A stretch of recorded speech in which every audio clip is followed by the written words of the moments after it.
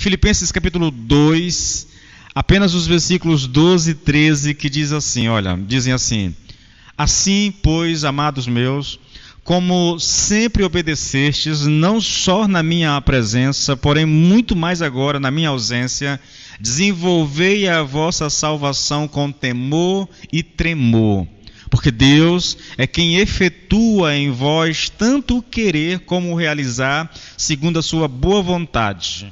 Até aqui, tá bom? Vamos orar então? Pai, nós te louvamos e te bendizemos pelo privilégio que nós temos de estar na tua presença, Senhor.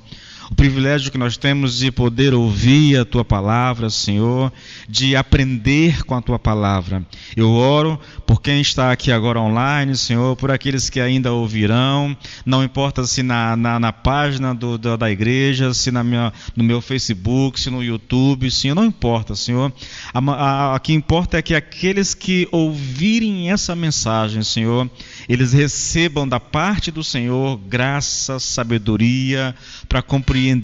Mais ainda, Senhor, eles recebam o poder do Senhor para vivenciar aquilo que será ministrado no nome do Senhor Jesus. Pai, que o Senhor nos auxilie, que o Senhor nos ajude no nome de Jesus, Pai.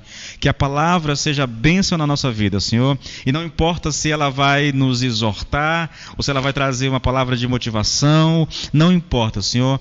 Que a tua palavra seja bênção para a nossa alma, para o nosso espírito, em o nome do Senhor Jesus. Amém e amém. Amém, queridos? Então, deixa eu ir para o texto aqui. Antes de abrir o texto, eu não vou fazer recapitulação, tá bom, querido? Eu só vou colocar aqui para você os passos que a gente vem dando nessa mensagem para poder seguir, tá? Olha só.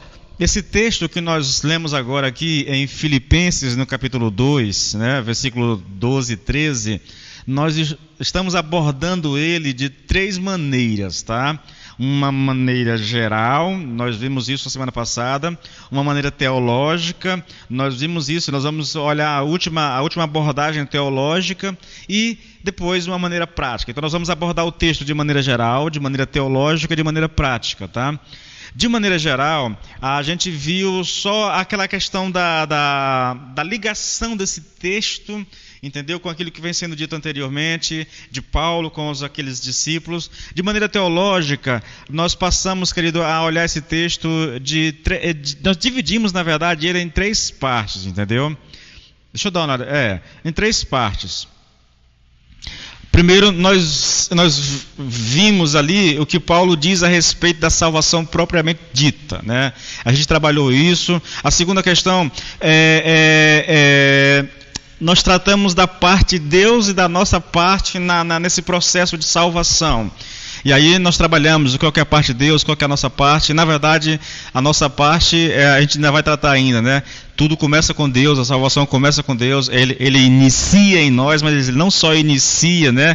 Ele continua trabalhando, ele vai finalizar essa obra no nosso coração. E a terceira parte, querido, é aqui que nós vamos continuar, né? É a última questão da parte teológica, e eu já sigo daqui, e aí eu vou para o meu texto, porque eu tenho um esboçozinho sintetizando toda a mensagem, né? A última questão a respeito da teologia aqui, né, da grande doutrina da salvação, tem a ver com a promessa de que Deus não a deixará incompleta, mas a levará até a sua conclusão. Veja, Deus começa, ele inicia, tudo começa nele, em Deus, entendeu? O ser humano, nós vimos isso aqui na semana passada, ele não tem como dar início a esse processo, ele está morto nos seus delitos e pecados. Eu li aqui alguns textos que falam sobre isso, né? Também disse que ele não só começa, mas ele dá prosseguimento a essa obra. E por último nós vamos ver, querido, que ele não vai deixar ela incompleta, ele vai concluir essa mensagem, entendeu? Essa obra de salvação. E é isso que o texto diz, querido, tá? O texto diz assim, olha, porque Deus é o que opera em vós tanto o querer como o efetuar segundo a sua vontade. Entende? Então ele não vai deixar isso incompleto. Uma vez que ele começou uma obra em nós, ele vai completar isso. E ele faz isso, querido, por meio desse agir em nós, desse gerar em nós, desse operar em nós o querer e o realizar. Ele vai levar adiante a sua obra, tá bom? Então eu quero chamar a sua atenção aqui para a palavra efetuar, entende? Eu quero chamar a sua atenção para essa palavra. O que ela significa? E a resposta é simples, querido. Que você terá não apenas o desejo, mas lhe será dado também o poder para realizar a vontade de Deus, tá? É isso que significa esse efetuar, que você vai receber da parte de Deus não apenas o desejo, mas também o poder para realizar a vontade do Senhor. E isso é muito interessante, irmãos, você olhar isso, quando a gente vai para Filipenses 1,6, lá está escrito assim, olha, tendo por certo isto mesmo, né? Que aquele que em vós começou a boa obra, a aperfeiçoará até o dia de Jesus Cristo. É uma promessa assim, querido, extraordinária, excepcional da parte de Deus, de que uma vez que Ele começou em nós a boa obra, Ele vai levá-la adiante, Ele vai concluir isso, Ele vai terminar essa obra, entendeu?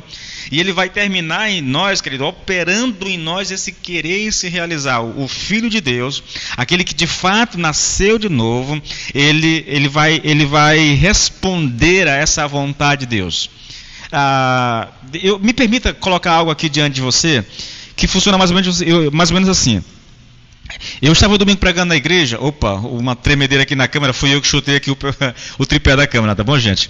Eu estava pregando domingo na igreja, e eu estava falando sobre isso, né?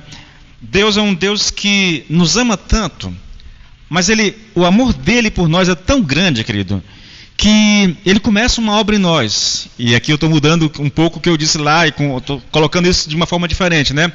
Ele nos ama tanto que aquilo que ele começou em nós, ele vai terminar. A maneira usual, eu vou colocar dessa forma, a maneira usual de Deus operar em nós, de Deus nos levar à santificação, de nos levar a cumprir a sua vontade, é por meio da palavra, entende? Isso aqui que você está tendo aqui, querido, assim, eu sei que vai parecer muita pretensão da minha parte, mas eu só estou explicando algo, um processo que deveria ser compreensível a qualquer ser humano que quer andar com Deus, entendeu? Então, longe de mim aqui, querer me colocar numa posição aqui que eu não devo estar, tá bom? A questão é, a maneira usual de Deus nos levar a uma vida de santidade, a fazer a sua vontade, a maneira usual de Deus operar em nós esse querer e se realizar é por meio da palavra, da pregação da palavra, entendeu?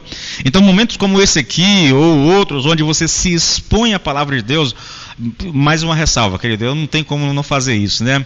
Eu estou falando da palavra, irmãos, tá bom? Eu não estou falando de ideias humanas, eu não estou falando de conceitos humanos, eu não estou falando de filosofia, eu estou falando de palavra realmente. Quando você se expõe à palavra de Deus, quando você permite que a palavra ministre ao seu coração, então Deus está operando em ti o querer e o realizar, e esse é o meio mais usual de Deus. Agora, uma vez que nós, e Deus sabe disso, Deus conhece a nós melhor do que nós mesmos, então, uma vez que nós, por causa da nossa carnalidade, por causa da natureza em nós, entendeu? Que não se converte, e da nossa desobediência muitas vezes, da nossa teimosia muitas vezes em querer fazer aquilo que é a nossa vontade, deixando de lado a vontade de Deus. Então a gente está ouvindo a palavra, mas não dá ouvidos. É aquela coisa, ouve, mas não escuta nada, entendeu? E não coloca nada em prática. Então, geralmente, quando isso acontece, querido, Deus muda o método mais usual para algo mais funcional, entendeu? E quando eu digo funcional, eu estou dizendo o seguinte, né? Você já ouviu aquele dito popular, né? Quem não vai pelo amor, vai pela dor. Eu ouso dizer a vocês que Deus lança mão disso muitas vezes, faz isso por amor, entende? Então, se eu não quero obedecer, Ele vai mudar a circunstância da minha vida. Às vezes é uma questão financeira, às vezes é um problema no casamento, um problema na família, às vezes é a saúde, mas Ele faz isso para me trazer de volta para o plano, para o projeto, entendeu? Para abrir o meu entendimento, para abrir os meus olhos, para dar uma freada na minha desobediência, na minha rebeldia, entendeu? Para que eu possa de volta que eu possa voltar a trilhar o caminho do Senhor outra vez, entendeu? Então, Ele vai levar isso adiante. Irmãos, olha, irmãos, ouçam isso. Deixa eu ler bem devagarinho. Tendo por certo isto, né? Aquele que em vós começou a boa obra, eu vou traduzir, Ele a aperfeiçoará até o dia de Jesus Cristo. Ou seja, Ele vai cumprir isso na tua vida, querido. Ele vai cumprir isso na minha vida, entendeu? Ou pela dor, ou pelo amor, Ele vai levar adiante o projeto. Cabe a nós, irmãos, que somos filhos de Deus, que temos um coração sábio, atentar para a voz do Senhor, tá bom? O segundo texto aqui, querido, falando desse operar, de que Deus ele efetua em nós não apenas o desejo, mas Ele nos dará o poder para fazer a sua vontade. Muitas vezes esse poder vem pelo meio da dor, entendeu? Romanos 8:30 diz assim, olha, e aos que predestinou, a esses também chamou. E aos que chamou, a esses também justificou. E aos que justificou, a esses também glorificou. O que está sendo dito aqui, querido, é que aquele que Deus começou... É a mesma coisa daqui. Aquele em que Deus começou a boa obra, Ele vai levar isso até o final. Se você foi escolhido por Deus, se você é um eleito de Deus, Ele vai levar essa obra adiante, entendeu? Ele vai concluir essa obra aqui, tá? É só isso que está sendo dito. Bom, com isso aqui nós terminamos a segunda parte, que é a questão teológica. Agora nós vamos abordar a questão prática do texto, tá bom? Nós vamos abordar isso, querido. É muito, muito impactante o que nós vamos ouvir, querido, se eu conseguir chegar até o final do texto, tá? Então nós vamos olhar isso de uma maneira prática. A nossa abordagem prática, ela se dará por meio de perguntas e respostas, tá? A primeira pergunta que nós vamos fazer é: o que significa operar a salvação? Como é que é isso na prática, tá? A segunda é: como ou de que modo devo operar a minha salvação? E a terceira: por que eu devo fazer isso? Então são essas três perguntas que nós vamos fazer e tentar responder. Eu não sei se vai dar tempo de chegar até o final, porque é um texto um pouco complexo, né? É prático, mas ao mesmo tempo a gente precisa compreender aquilo que vai ouvir, por isso eu não vou ter muita pressa. E também é algo assim um pouco extenso, não vai ser tão rápido assim. Mas vamos ver o que nós vamos fazer aqui, tá bom? Então a primeira questão é: o que significa operar a nossa salvação? E a primeira questão a ser tratada aqui, irmãos, é entender o significado essencial de salvação. Eu falei na semana passada que se eu quisesse entender salvação, eu teria que compreender o sentido pleno dessa palavra, que vem por três termos usados na teologia. O primeiro é justificação, né? É a obra pretérita da salvação. Deus já realizou isso em nós já fomos justificados. O segundo termo é a palavra santificação, que é o estado presente da salvação. É esse processo que começa com a salvação, com a justificação, e que só vai terminar quando nós chegarmos na glória, quando nós chegarmos na glorificação, que é o último processo, né? O estágio da salvação, o estágio final, portanto um estágio futuro. Então a gente precisa ter isso em mente. Agora eu estou falando da essência de ser salvo, querido, tá? Não é bem, eu não estou tratando aqui desses três estados, desses três processos de salvação, mas da essência da salvação. Bom, para isso nós vamos olhar para o Novo Testamento, tá? E uma coisa interessante que nós vamos encontrar no Novo Testamento, mas principalmente nas cartas de Paulo, é que todo o processo de salvação começa com a percepção de que estamos debaixo da ira de Deus, e estamos debaixo da ira de Deus porque somos governados pelo pecado. Veja, querido, o que eu estou dizendo é o seguinte: nós somos pecadores, mas isso não é tudo. Somos pecadores e gostamos do pecado, mas isso ainda não é tudo também, né?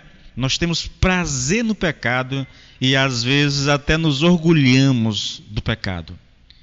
Então eu preciso entender essa minha situação. É por isso que em Romanos capítulo 1, a partir do versículo 16, quando Paulo começa então a falar da justificação pela fé, ele faz uma pausa, querido, ele lança essa pressuposição, esse pressuposto, né?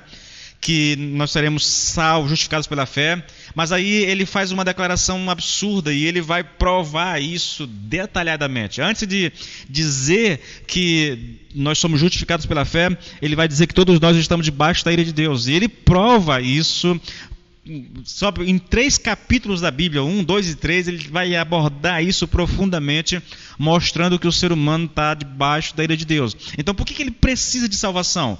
Porque ele está debaixo da ira de Deus. Então todo o processo de salvação começa com essa percepção de que nós estamos debaixo da ira de Deus e que nós somos governados pelo pecado. Parece assim, parece que a gente está sendo forçado a isso, mas na prática, nós, antes de conhecer Cristo, nós gostamos do pecado, nós temos prazer no pecado, nós nos orgulhamos do pecado, entendeu? O pecado não é algo ruim. Na verdade, mesmo como crente, eu ouso dizer, eu ouvi uma vez um senhor dizer, isso lá em Açailândia faz muito tempo, né? Ele dizia assim, irmãos, falando para um grupo de pessoas, né, irmãos, se o pecado fosse ruim, nós não teríamos que lutar tanto para não pecar. Eu acho que ele tem razão, entendeu? A questão nossa, querido, é que o pecado nos afasta de Deus. O pecado nos torna inimigos de Deus, entendeu? Essa é a questão. Então, para que haja salvação de fato, eu preciso compreender que a minha situação eu estou debaixo da ira de Deus, e porque eu estou debaixo da ira de Deus, eu sou governado pelo pecado. Agora veja, é essa percepção da nossa condição diante de Deus, de que estamos debaixo da ira de Deus, que nos leva a desejar uma mudança. Entendeu? Foi exatamente isso que aconteceu com os filipenses. Eles compreenderam, por meio da pregação de Paulo, que eles eram pecadores e que estavam debaixo da ira de Deus. Por causa dessa pregação de Paulo, e por compreender isso, irmãos, é que eles se viram como culpados aos olhos de Deus. E aí, querido, e aí é que está a questão, entendeu? Porque essa percepção da nossa realidade nos leva a querer mudar de vida, né? A outra parte desse processo de salvação nos fala daquilo que Cristo fez, da sua obra na cruz, né? Da sua morte expiatória.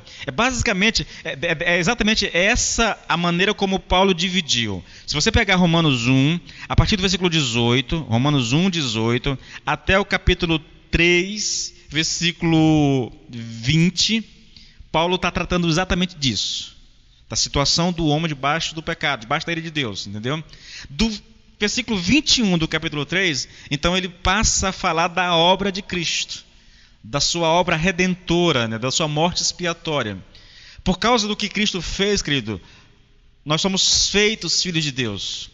Nós recebemos o Espírito Santo e ele vem habitar em nós, e porque ele vem habitar em nós, entendeu? Nós recebemos nova vida da parte de Deus. Eu quero que você entenda uma coisa, tá? Isso é esse processo todo começa com o Espírito em nós, com Deus nos abrindo os olhos para nos fazer perceber isso. Agora veja, nós somos chamados a aperfeiçoar isso, que foi começado por Deus. Irmãos, repetindo para que você não tenha dúvida sobre isso. O ser humano, sem uma intervenção divina, jamais desejará salvação. Jamais desejará uma vida de santidade. Essa obra começa com Deus. Agora veja, eu quero que você tenha isso em mente, porque agora eu quero que você preste atenção no significado da palavra operar. Operar significa aperfeiçoar, efetuar, levar a um resultado completo ou finalizar algo que já fora iniciado.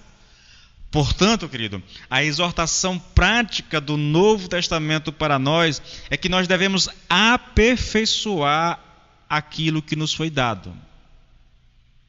O que eu estou dizendo? A semente de Deus foi plantada em nós.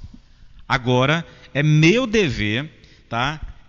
Regar, desenvolver aquilo que Deus me deu, até que isso chegue à sua perfeição final e à sua plena maturidade. A semente foi gerada, mas cabe a nós, querido, cabe a nós operar isso. Entende? Operar a salvação não é produzir salvação, é desenvolver a salvação que Deus nos deu. Deus já nos deu, Ele iniciou a obra e agora Ele nos chama a dar sequência a isso. É lógico que nós nunca estaremos sozinhos nesse processo. Se por alguma razão Deus nos deixasse sozinho nesse processo, essa obra jamais, mas jamais chegaria à sua conclusão final. Porque nós não damos conta, querido. Então Deus está conosco. É assim que Ele opera em nós o querer e o realizar. Entende, querido? E é por isso que Ele nos manda operar, desenvolver a nossa salvação. É um trabalho em equipe, onde Deus começa a obra, inicia a obra, nos chama para dar sequência a isso e nos dá o poder para que a gente continue fazendo, operando essa salvação, desenvolvendo essa salvação, aperfeiçoando isso, tá? Diante de tudo isso, querido, olha, vou tentar colocar da seguinte forma para vocês, olha, diante de tudo que o Senhor Jesus Cristo fez por nós, o que cabe nos fazer? O que fez por nós? Ele começou esse processo de salvação em nós. O que mais que Ele fez por nós? Ele nos deu poder para que a gente desenvolva esse processo. Então, diante de tudo isso, o que cabe nos fazer? Ou, perguntando de uma outra maneira, o que Ele espera de nós agora que nós somos salvos? Eu quero chamar a sua atenção, querido, para a praticidade da mensagem que nós vamos pregar, daquilo que nós estamos pregando. Olha, preste atenção, querido, nessa argumentação. Se eu creio que sou salvo, que Jesus morreu na cruz em meu lugar e que através da sua morte sou transformado numa nova criatura, se creio que o Espírito Santo habita em mim e que através dele eu recebo o poder para manifestar essa nova vida que me foi dada por Deus através de Cristo, então é mais do que lógico o chamado para desenvolver essa nova vida, ou seja, desenvolver a salvação. Bom, querido, perguntando novamente o que Deus espera de nós. A primeira coisa, querido, que se espera de nós é que manifestemos a obediência que se viu em nosso Senhor Jesus Cristo. Eu estou falando aqui de uma completa e absoluta submissão à vontade de Deus. É isso que Ele espera de nós. E é por isso que eu digo, queridos, que sem a ajuda de Deus, sem o Espírito Santo habitando dentro de nós, nós nunca, irmãos, nós nunca conseguiríamos corresponder a isso. Na verdade, eu vou um pouquinho adiante. Nós nunca corresponderemos de forma absoluta àquilo que Deus espera de nós enquanto nós estivermos aqui. Eu acho que não, irmãos, eu creio que não. Porque o que Deus espera de nós, querido, é uma completa e absoluta submissão à sua vontade. Irmãos, isso é muito difícil. Mesmo sendo uma nova criatura, mesmo o Espírito Santo habitando em nós, o poder de Deus estando em nós, irmãos, ainda é muito difícil. Eu não gosto dessas coisas, das pessoas falarem que isso é coisa fácil. Irmão, não é fácil, irmãos. E quem busca ao Senhor, quem tenta viver uma vida agradável ao Senhor, de santidade, de obediência, procurando fazer aquilo que agrada ao Senhor, sabe o quanto que isso é difícil. Eu sei que com o tempo, querido, com a prática, a gente vai desenvolvendo, né, essa comunhão e talvez isso vá sendo facilitado um pouco, mas ainda assim, irmãos, eu digo a vocês, é difícil, tá bom? Olha o exemplo que nós temos que seguir, irmãos. Filipenses 2, eu já li isso aqui, já ministrei isso aqui. Filipenses 2, a partir do versículo 5, olha, tende em vós o mesmo sentimento que houve também em Cristo Jesus, pois ele, subsistindo em forma de Deus, não julgou com usurpação o ser igual a Deus. Antes, a si mesmo se esvaziou, assumindo a forma de servo, tornando-se em semelhança de homens e reconhecido em figura humana, a si mesmo se humilhou, tornando-se obediente até a morte e morte cruz. Observe o tornando-se, querido. Olha, tornando-se em semelhança de homens, tornando-se obediente até a morte. Irmãos, é um processo muito humilhante isso que o Senhor Jesus Cristo passou. E Ele nos convida a que tenhamos o mesmo sentimento, a mesma disposição mental, o mesmo desejo de nos submetermos à vontade de Deus, ao querer de Deus, entende? Eu pergunto a vocês, querido, será que nós entendemos que à luz de toda a obra da redenção realizada pelo Senhor Jesus na cruz do Calvário, Deus tem o direito de exigir de nós completa submissão da nossa vontade? A questão é, será que nós entendemos isso? Que Ele tem o direito de exigir de nós? Indo um pouquinho adiante, será que nós temos a consciência, querido, de que esse é o nosso chamado? A segunda coisa que Deus espera de nós é que devemos evitar tudo o que é oposto a Deus, ou seja, tudo aquilo que o Novo Testamento chama de mundo. Mundo. E eu vou chamar a sua atenção, querido, para essa palavra, porque eu vou tratar dela agora, tá bom? Então, se você estiver acompanhando aí e quiser ler, eu vou ler agora aqui 1 João capítulo 2, versículos 15 e 16, porque nós vamos tratar dessa questão de mundo. Porque a segunda coisa que Deus espera de nós é que a gente evite tudo aquilo que é oposto a Ele, a Deus. O que é isso? Basicamente, nós estamos dizendo que nós devemos rejeitar tudo aquilo que é mundo. Se alguém quiser ser amigo do mundo, se constitui inimigo de Deus, entende?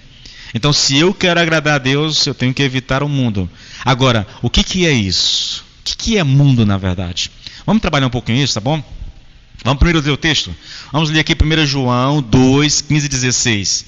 Não ameis o mundo, nem as coisas que há no mundo. Se alguém amar o mundo, o amor do Pai não está nele. Porque tudo que há no mundo, olha só, querido, João descreve, estabelecendo em 3 categorias as coisas que há no mundo e que são inimigas de Deus, tá? Tudo que há no mundo, aí ele descreve a concupiscência da carne ou o desejo, vou colocar dessa forma, o desejo da carne, o desejo dos olhos e a soberba da vida não procede do Pai, mas do mundo. Isso é o que há no mundo. A concupiscência da carne, a concupiscência dos olhos e a soberba do mundo. O que é mundo? Tá? De acordo com esse ensino de João. Eu acho assim que uma boa maneira da gente compreender isso, querido, é primeiro vendo o que não é mundo.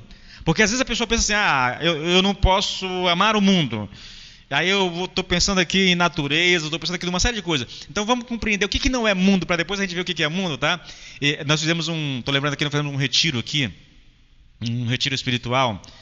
A gente tirou assim um tempo só para estudar a palavra. Nós fomos mergulhar mesmo na palavra e nós tivemos ali umas quase 15 horas de pregação intensa. Uma dessas pregações foi sobre a questão do mundo, tá? Então olha só, isso aqui é parte desse estudo lá. Então o que não é mundo, querido? Podemos afirmar aqui, né, olhando pelo texto e pelo contexto, que o apóstolo João não estava pensando na criação quando usou o termo mundo. Não está pensando na criação de Deus.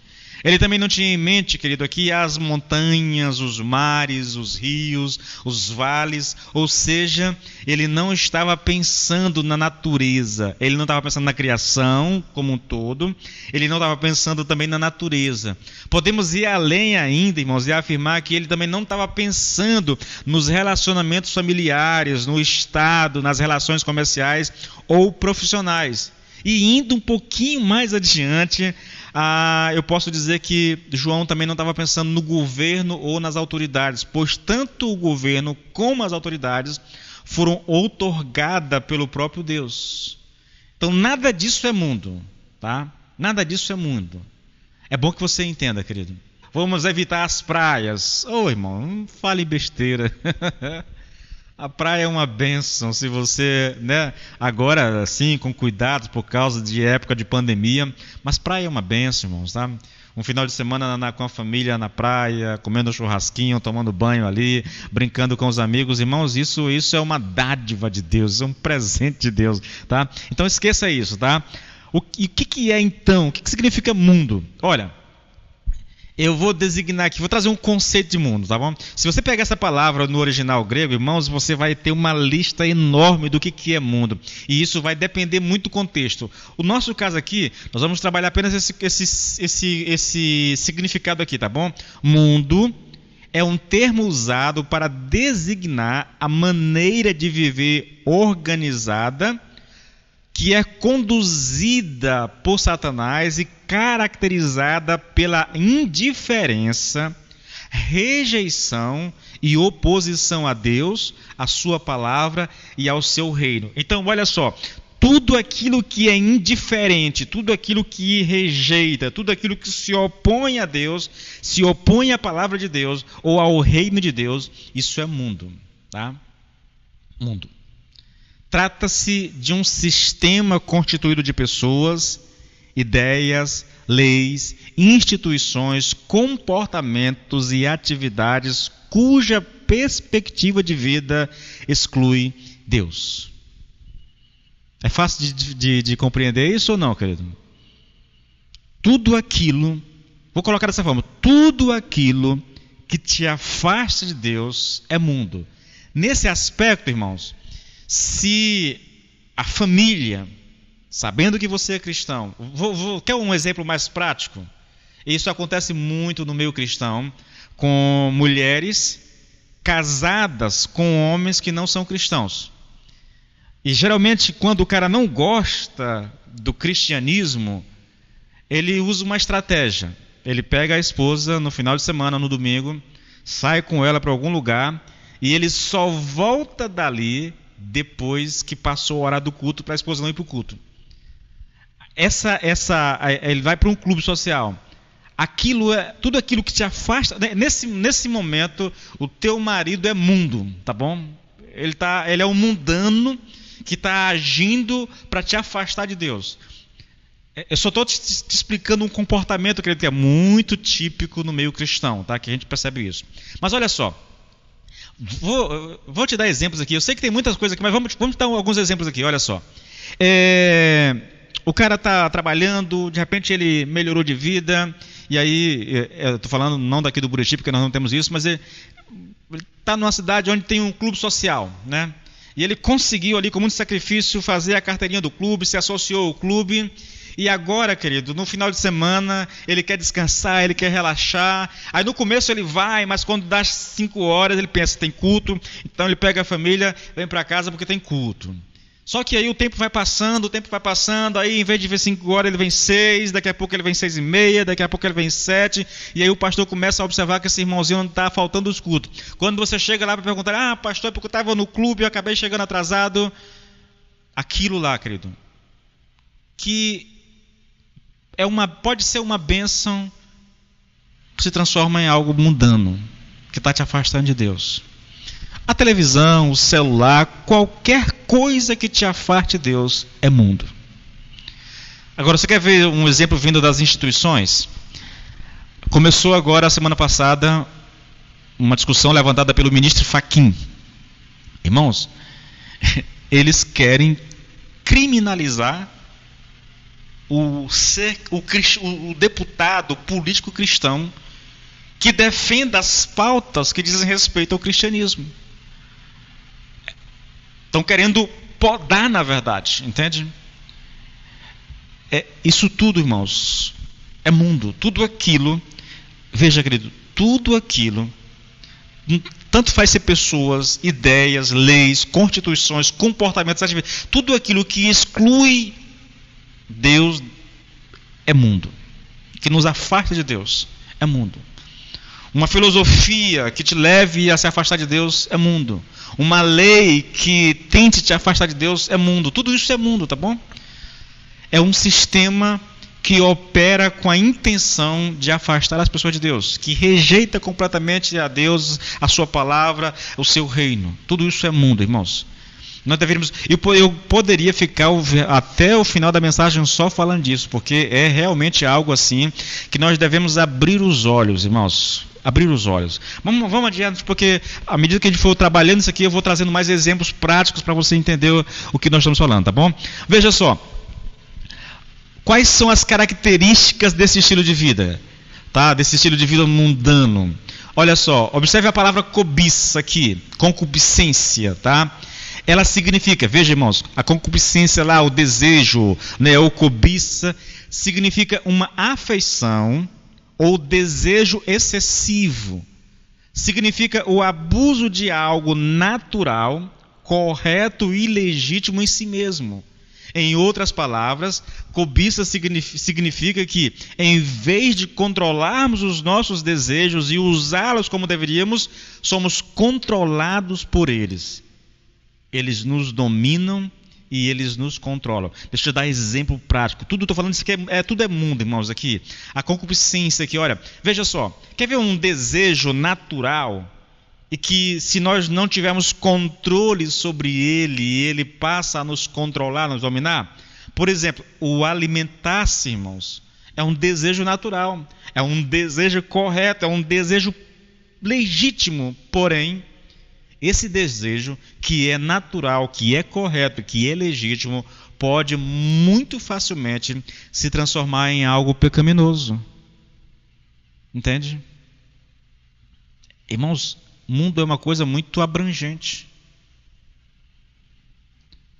O desejo pelo sexo oposto, novamente, é algo natural, correto e legítimo, dentro das limitações da palavra de Deus. Entretanto, fora dos padrões estabelecidos por Deus, é algo que pode não apenas nos controlar, mas também destruir nossas vidas e, às vezes, a vida das pessoas próximas de nós. Quantas e quantas famílias não foram destruídas porque o cara não teve controle pela atração ao sexo oposto? Se deixou levar, querido. Arrebentou com a família, destruiu a família, arrebentou a vida dos filhos. Às vezes arrebentou com as finanças, entendeu? Traz pobreza para a família, traz separação, traz amargura para o espírito. Tudo isso a concupiscência, irmão, faz em nós.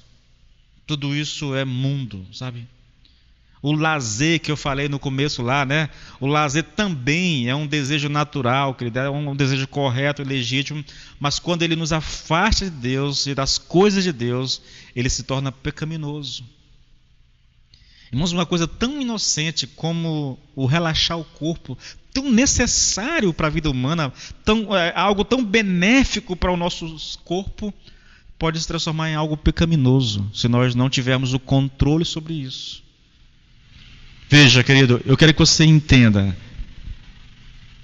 O que Deus espera de nós é que nós agrademos a Ele, evitando tudo aquilo que desagrada a Deus. O mundo é inimigo de Deus. Se alguém quiser se tornar amigo do mundo, ele se constitui, ele se torna inimigo de Deus. Então, quando nós colocamos os nossos prazeres à frente de Deus, quando nós colocamos os nossos desejos à frente de Deus, nós nos tornamos inimigos de Deus, irmãos. Vamos lá, querido. A primeira coisa que caracteriza o mundo é a cobiça da carne. Vamos tratar disso um pouquinho, tá bom? A carne fala daquelas tentações que nos atacam de dentro para fora. É o apelo para se viver o prazer imediato. É, como diz aqui o Hernando Dias Lopes, né? É endeusar os prazeres puramente físicos e carnais. É viver sob o império dos sentidos. Tudo que eu quero é satisfazer essa carne.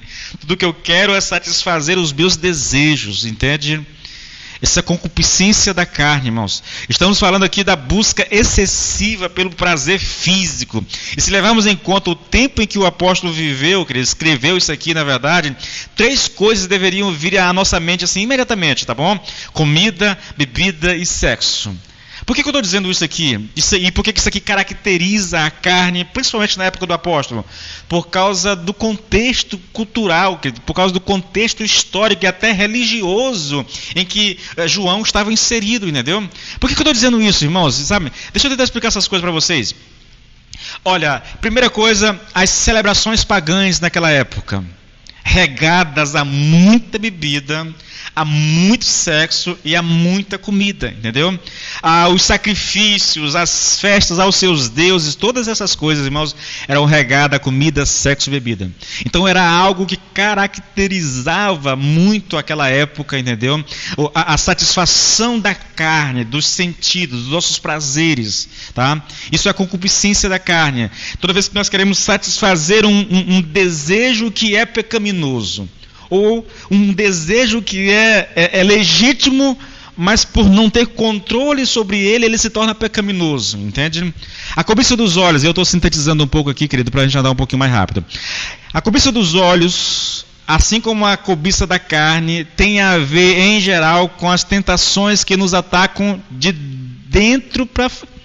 fora para dentro, aliás, tá? A dos olhos é de fora para dentro, tá bom? Vem de fora. Nós somos atraídos por aquilo que nós olhamos, vemos, entende? Nicodemos chama esse tipo de cobiça, querido, de a vontade de contemplar aquilo que agrada aos olhos, mesmo que seja proibido. Vários exemplos podem nos ajudar a compreender essa marca do modo pagão de viver. Aí ele vai citar. Ele diz assim, olha, Eva percebeu que o fruto era agradável aos olhos e se deixou levar pela concupiscência que entrou em seu coração pelos olhos. Davi, ao ver Batseba tomando banho, desejou-a, mesmo que fosse a mulher de outro. Ele viu e desejou. Acã, após ver a bonita capa babilônica entre os despojos proibidos, desejou-a e tomou-a ocultamente. Então é um desejo que vem de fora para dentro. E convenhamos, querido, numa época como a nossa, irmãos, de tantos e tantos comerciais, o marketing exacerbado. Você vai assistir um vídeo no YouTube, né? E dependendo da pessoa, do canal, se o canal for muito conhecido, você quase não consegue assistir. Um vídeo de 40 minutos tem 10 comerciais, a gente fica doido, fica com raiva, na verdade, de tanto comercial, entendeu? De onde você tem televisão, como você vai em Imperatriz, por exemplo, né? Comercial, você fica louco, querido, entendeu? Faz você comprar aquilo que não precisa, gastar o que você não tem, né? Para satisfazer uma necessidade que nem é real, às vezes, entende? Então, nós temos que ter cuidado com isso. Lloyd Jones diz, querido, que a cobiça dos olhos é uma espécie de olhar detestável. É o pecado no intelecto, o jogar e brincar com ele no pensamento e na imaginação. Deixa eu te dar uma ideia do que ele está colocando aqui. O que Lloyd Jones está colocando é o seguinte, querido. Ele chama isso de o pecado, o olhar detestável, né? É um pecado no intelecto. Ele fala de um jogar e de um brincar com esse pecado no pensamento, na imaginação. No passado isso era muito uma coisa masculina, mas hoje não tanto mais. Hoje é uma coisa que é meio a meio, entendeu? Você olha uma mulher ou um homem, né? E você começa, eu vou usar a expressão do Lloyd Jones aqui, né? Você começa a brincar com as possibilidades na sua mente, no seu intelecto. Por isso que ele chama isso de olhar detestável, entende? E me permita tocar nessa questão, irmãos. Eu sei que isso não é muito popular, mas me permita tocar nisso. Quantas pessoas não são escravas da masturbação por causa desse brincar aqui, entende? Você olha uma mulher bonita, né? Às vezes ela está mal vestida no sentido de uma roupa inapropriada, e você começa a imaginar coisas com ela ou com ele. Isso muitas vezes termina na masturbação, né? No adultério, ainda que não físico, mas um adultério mental, que para Cristo, para Deus não tem diferença, entende? Ele diz, olha, mas não para aí. Esta cobiça significa também uma espécie de vaidade que se deleita com a pompa e o esplendor, com a aparência ou qualquer tentativa de causar boa impressão. Quando eu falei disso na igreja, eu falei de pessoas que se endividam desnecessariamente porque querem impressionar os amigos. O pecado dos olhos envolve tudo isso, querido. A soberba da vida, né, ou a ostentação dos bens, dependendo da tradução que você lê, numa palavra que a gente pode descrever esse tipo de prazer como autoglorificação. E eu posso falar de autoglorificação de duas maneiras, tá? A primeira é o orgulho de si mesmo, o que geralmente inclui desprezo aos outros. Olha, deixa eu tentar colocar para você. É o orgulho do nascimento, da família em que nós nascemos. É o orgulho da profissão, orgulho de ter um nome específico, orgulho da influência e dos amigos que tem. Lloyd Jones chama esse tipo de atitude de orgulho do status social. E aqui, querido, novamente, né, quantas pessoas gastam o que não tem para manter esse tal status social, entende? Orgulho, irmãos, orgulho. Qual é a tua família? Né? Tem gente que já pergunta logo, qual é a tua família? Ah, minha família é a família mais respeitada da cidade. Ah, qual a tua profissão? Né? Ou eu poderia colocar orgulho do conhecimento, né? Uma outra área muito abrangente. Sabe, querido, orgulho. O segundo orgulho é o orgulho das riquezas. Isso aqui é o orgulho de si mesmo. O segundo é o orgulho das riquezas. É o orgulho das riquezas e dos bens materiais. É a ostentação dos bens. Você quer o exemplo do que eu vou falar? Essa ostentação de si mesmo e das riquezas. De si é a pessoa que tenta ostentar a riqueza que não tem. Eu vejo, e eu não estou falando mal de ninguém, tá bom? Mas eu observo muito isso. Pessoas que, você chega na casa dela, querido, ela tem mal uma cadeira para sentar. Mas quando você encontra ela na rua, irmãos, é só roupa de etiqueta, sabe? A coisa que mais me impressiona aqui no Buriti é chegar na casa de uma pessoa bem pobre mesmo, e ela ter na casa dela uma televisão de 55 polegadas e um ar-condicionado. Eu fico me perguntando assim, meu Deus, como é que pode, na verdade? Né? É querer ostentar, querido, uma coisa, é viver um nível de vida que você não tem. Irmãos, isso é mundanismo, entendeu? É mundanismo. Isso é soberba da vida, é orgulho. É orgulho. Quanto mais se tem, querido, mais simples é. Eu sei que há um grupo de pessoas hoje, né, no mundo que são exibidas, né? Esses carinhas, geralmente é esse pessoal que canta essas coisas. De repente faz um sucesso aqui, o cara é pobre hoje, amanhã está rico, ele começa a ostentar, né? É uma geração que ostenta. Mas isso não é o normal, querido. Não é o normal, entendeu? Geralmente as pessoas que são bem de condições, elas manifestam um estilo de vida simples, entendeu? Não gostam da ostentação. Mas vamos lá. Eu vou finalizar essa questão daqui da soberba com uma citação. Se eu acredito, querido, e na verdade é até uma pergunta, né? É uma pergunta mesmo. Se eu acredito que o mundo é um lugar perigoso para mim, que a tentação e o pecado me rodeiam, e que o mundo faz o máximo que pode para me arrastar para baixo, se eu vejo que isso me leva para o inferno, para a destruição, mas que Deus me libertou de tudo isso, não estaria sendo contraditório se continuo fazendo coisas mundanas e se gosto de fazê-las? Se tudo que o mundo tem para oferecer, querido, é uma oportunidade de me afastar de Deus, se enquanto eu estava preso a esse mundo, a esse sistema de ideias, de pessoas, de instituições, de leis, tudo aquilo que eu fazia cada vez mais me afastava de Deus, me tornava inimigo de Deus. Agora que Ele me salvou, eu continuo querendo viver nesse mundo? fazer as coisas que eu fazia antes. Irmãos, isso é contraditório, tá bom? Isso é extremamente contraditório, querido. E eu quero encerrar aqui, querido.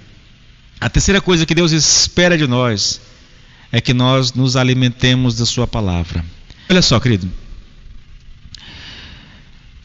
Nós somos chamados a viver no mundo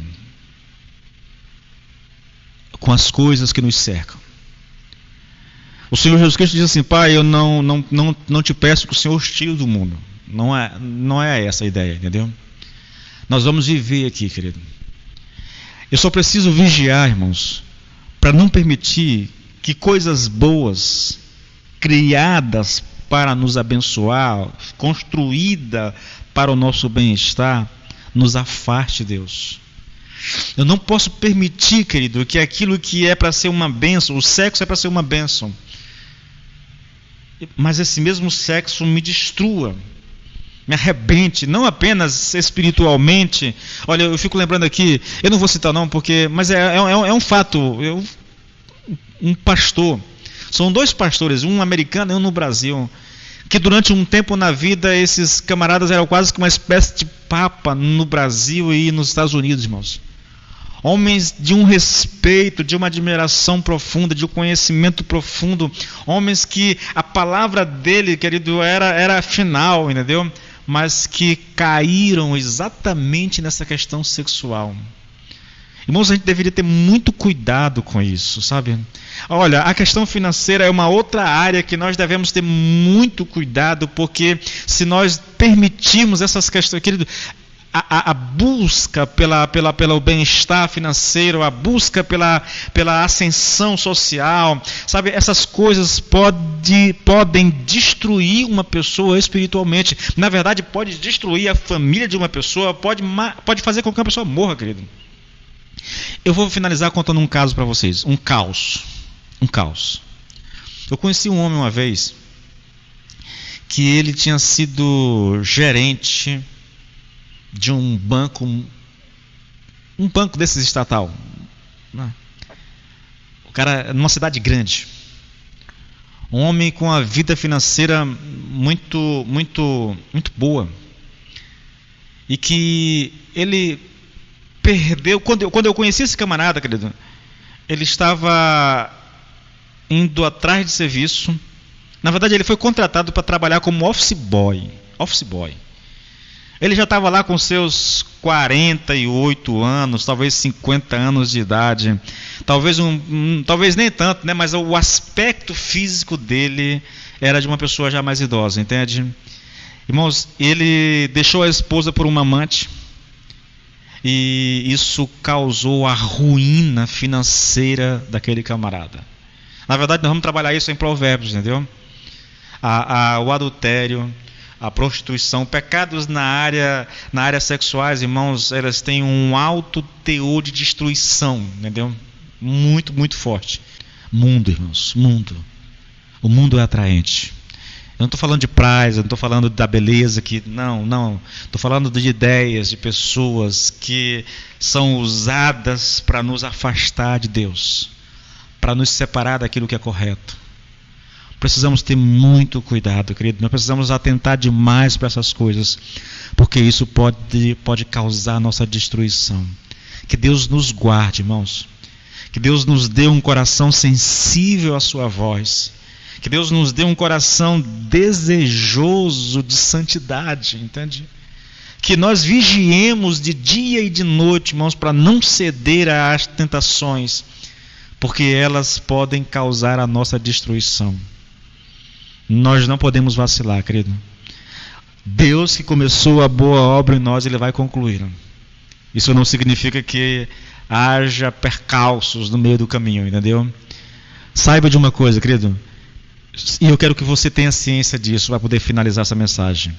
Se você é alguém em quem Deus começou uma boa obra, Ele vai concluir, não importa o que esteja acontecendo na tua vida. Ele vai terminar essa obra. Ele é Deus. Ele é Deus. Agora, isso não nos dá o direito, irmãos, de dizer, bom, se Ele vai terminar, então deixa eu fazer. Ei, não, jamais. Quanto mais conhecemos Deus, mais queremos viver em santidade. Quanto mais vivemos próximo de Deus, mais queremos agradá-lo. Que esse seja o desejo do teu coração, no nome de Jesus. Amém, querido? Vamos orar. Pai, nós te louvamos, Pai. Nós te bendizemos, Pai. Te damos graça pelo teu infinito amor, Senhor. Um amor que nos constrange muitas vezes. Um amor que pode até mesmo causar dor em nós, Pai. Para nos trazer de volta. Para nos fazer voltar aos teus caminhos. Um pai que ama é um pai que disciplina. Um pai que ama é um pai capaz de infligir dor no filho para livrá-lo de algo terrível lá na frente. Um pai que ama é um pai que traz para perto os filhos. Eu sei que o Senhor nos ama e eu sei que o Senhor é nosso Pai. Portanto, eu te peço, Senhor, ajude-nos, dá-nos a graça, a força e o poder para sempre trilhar os teus caminhos. Em nome do Senhor Jesus. Amém e amém.